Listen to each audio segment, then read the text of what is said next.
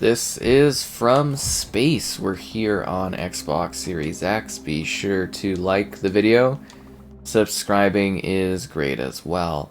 So this is, I believe, like a bit of a follow-up. There was this game called It Came From Space and Ate Our Brains, which released a number of years ago, and this is called From Space, and it looks like the same devs, so I assume this is either some sort of spiritual successor or rebranding of that concept. But yeah, it's kind of this cool, easygoing twin-stick shooter where you have, a range of different abilities and you're fighting these pink monster things. You can do so alone or with up to 4 players in online multiplayer. So what are we getting here? 4K resolution, 60 FPS. And yeah, it's kind of a vibrant, colorful, again, twin stick type shooter. I mean, you would call it violent, but you're shooting giant pink monster things. So, not too bad in that regard. And yeah, I remember quite, having fun and quite liking the first original game. This one definitely does seem to be on brand in regards to that concept, but it does seem to be doing its own thing. This is the story mode, so you can kind of set up so it's like private, or you can do public. And then there's also a Horde Mode.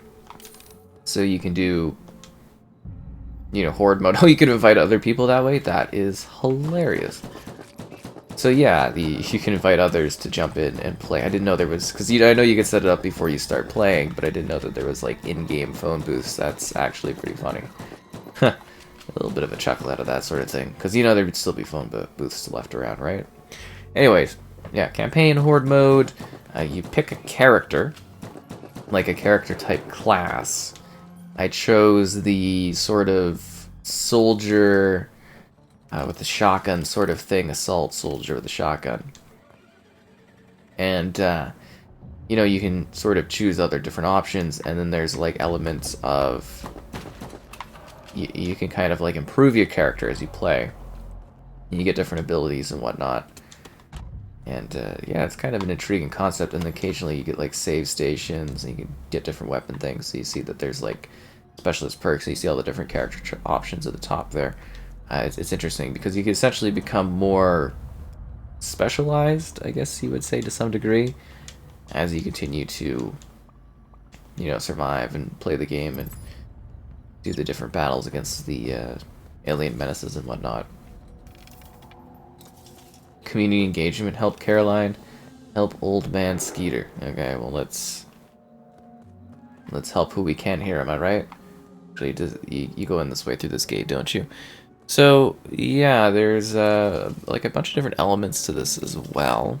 We're fighting against the pink aliens. Obviously, they've invaded. So collect tokens to unlock stuff, leveling different ranks. Yeah, then you got like quests that you're doing to go save her veggies. That's exciting. But yeah, the main focus of this is to actually squat up, and then from there shoot, destroy things with a bunch of different weapons. And then you're supposed to use your specialist skill abilities to your advantage, leveling up, improving over time. You can see that in the top right. And then having fun in the apocalypse with others, which is what it's all about at the end of the day. But yeah, I do enjoy a good twin stick shooter. It does seem to be like the odd, I don't know if it's like a stutter type effect, I don't know if you noticed that, but occasionally. But yeah, I really enjoy this type of game. Like, I really find twin sticks to be kind of fun. And it is a bit of a, it's not like a full twin stick, because you move and then you aim, but you do have to press, like, the trigger to shoot, so it's, I'd say it's basically still in line with that kind of concept. But, yeah, just trying to give you an idea of the vibes on this one. But it's colorful, vibrant, it's actually got some really nice visual aesthetics to it. I think they did a good job upgrading, at least from what I recall, upgrading that concept from the original game, and then, kind of, I guess you would say, improving upon it in some interesting ways. It's not a bad, because again, I don't know if it's specifically a sequel or if it's more, because the naming convention doesn't necessarily lend way for it to be, a sequel. It does seem to be its own thing, so I'd say it's almost maybe a bit more of a reimagining a source of a concept from before. But it works pretty well, I think. It looks terrifying down there. I guess you want me to go down there and die? Okay. Oh no, we're not doing that yet. We gotta go to his trailer. I'm doing like some busy work. Seems like that's the idea with the story, is there's like side quests and stuff alongside main quests. I mean, kind of an interesting concept. That way you're not just moving through a level shooting stuff randomly. A little bit more depth. Whereas if you do want to just blast things, you know, there's that Horde Mode, right? Find the item in the area. I guess at least it's quick quests and not too much busy work, although this does kind of feel like a little bit of busy work. What can I say? But yeah, I love the detail. The cool thing about like these over-top perspectives and stuff, like top-down perspectives, that's better terminology, is like usually they're a lot more detailed, does that make sense? Like they lend way to higher levels of detail because you're not zoomed in on everything super high, so they can usually make some really cool looking environments. A bit of the health. Oh, and the music's always really cool in this. It's got like a fun kind of vibe. I love that there's Santa on the top of that roof. That's great. I think the idea is to kind of just nestle you into the game as a bit of a tutorial extension and kind of get you leveled a little bit before you go and fight the more extensive alien battles. Billy Bob Thornton? Is that what we're going to find? Open the gate. I know, what do I do?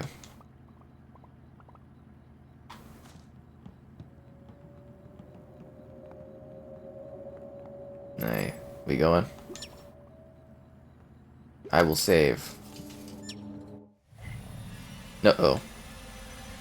The hopper. Hippity hoppity. One giant leap at your face. A little bit of cute humor at this one.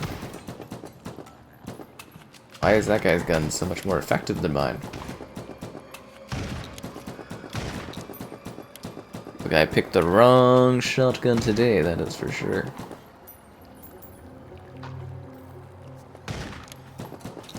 Yeah, there's like occasionally a little bit of a hitch stutter. I don't know if that's because of a saving effect or if that's just the gameplay.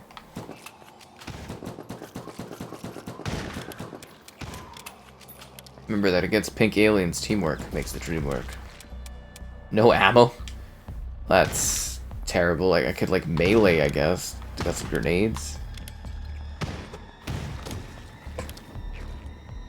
Is there not like bullets anywhere?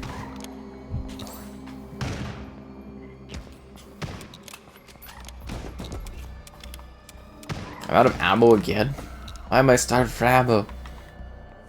I don't even have any grenades left? Well, that's not good. Am I supposed to like mildly inconvenience them? I was sitting up there, I was like, should I grab this ammo pack? I was like, nah, I don't need it.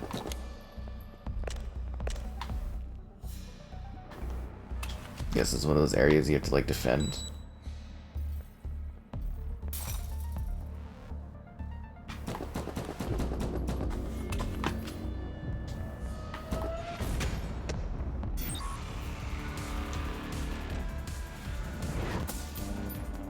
That's a bubble shield, that's cool.